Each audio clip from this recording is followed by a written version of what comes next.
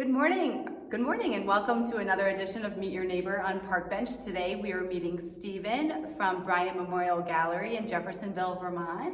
Hello. Stephen is the executive director here, and he's going to tell us what this hidden gem is all about. Certainly. Well, thank you for coming here. The gallery was founded in 1984 by plein air artist Alden Bryan. It was actually a memorial to his wife, Mary Bryan, who was also a fellow artist, and his wife.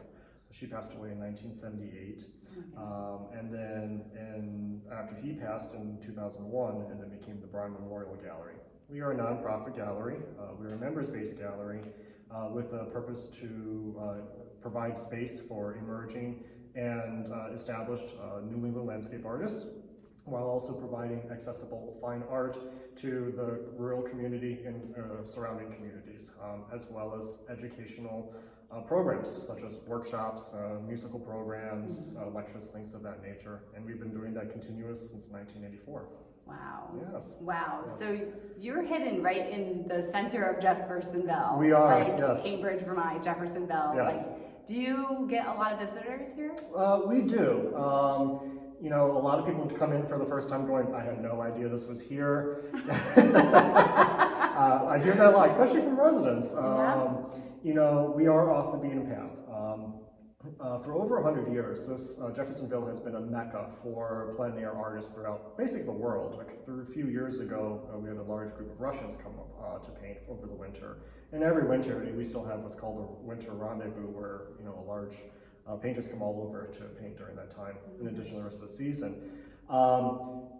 Stowe was starting to get too developed for them, and they wanted that quintessential, untouched Vermont landscape. And so they found Jeffersonville and fell in love with it. And so, as I said, for over 100 years, artists have been coming here to paint, and that's why we're located off that beaten path. Yeah. Because of that association with the artists. So. That's really amazing. It is. Because everybody's like, Stowe, Stowe, Stowe. Yes. And like, we're like, we're Jeff, and Smugs is like, and it's like the people who live here, it's like, it's in our heart. Yes, so exactly. It's nice to see that it's recognized.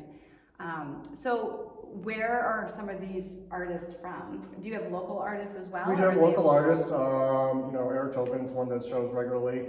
I would say probably about 50% or so are Vermont artists. The rest come from out the rest of New England. So Massachusetts, Connecticut, New York, things of that nature. I know New York is mid-Atlantic, mid-Atlantic, Yeah. but it is. But we do try to focus heavily on Vermont artists as well. So.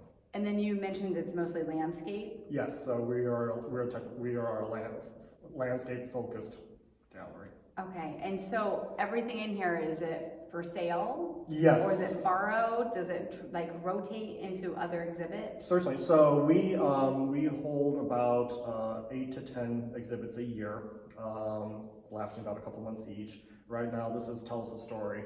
Everything is for sale. We may have some shows that will show works that are not for sale, but for the most part, everything in the gallery is available for purchase.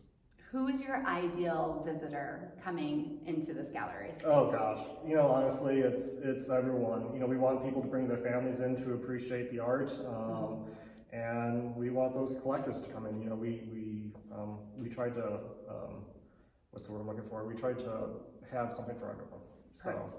So if I came in here with like a little, could the schools do a field trip here? Oh, certainly. And we've had pre-COVID there, we would work with schools and they'd come in and, learn how to look at art, or if there was a specific show going on that they felt was appropriate with their studies. We certainly have had that before, so. I love that. Yes. Do you guys do any type of kid programming in the summer? Like dabble in art or anything like that? Yes, unfortunately we do not at this point. It's a lot. We have to, it's a lot. We have a real small team, so it's unfortunately something that we've not been able to do as much as we've hoped, but we're hoping as we move forward and we can offer something like that down the road. So. Okay, and I think I wanted to ask you one last question. You have an event coming up in June? Yes, so June 5th, Rick Agron is going to be coming. It's part of the Jeffersonville Art Jam. So Sunday, June 5th, from 11 to 1, he's going to be teaching poetry, and then that just sort of describes or explains art, and then he's going to have participants be able to create their own poetry on that. It's a word, I unfortunately cannot remember it off the top of my head. That's fine, that's fine. But he's a character, and it should be a fun activity for people. June 5th. June 5th. So Jeffersonville Art Jam, that's an annual So thing or new? Like, tell me about that. So the Jeffersonville Arts Jam used to be a one-day community event in the late summer. It's put on by the Cambridge Arts Council. Now they're doing it multiple weekends through June through July. So it's somewhat town-wide. We're participating on June 5th. So you'll have various artists out selling along the road. A band will be down at Visions of Vermont. They'll have their shows going on. We'll have our shows going on. And like I said, on June 5th, we'll have an rec coming in for that event. And it's free and open to the public. That's awesome. We'll definitely get that on our calendar. Wonderful. Great. Well, Stephen, thank you so much. Thank you very much. If you guys It's my have pleasure. any question and you want to see some fabulous art or come talk to somebody who can explain it to you, come see Stephen in Jeffersonville, Vermont. Yes, we look forward to it. Thank you. Yes, of course. Thank you.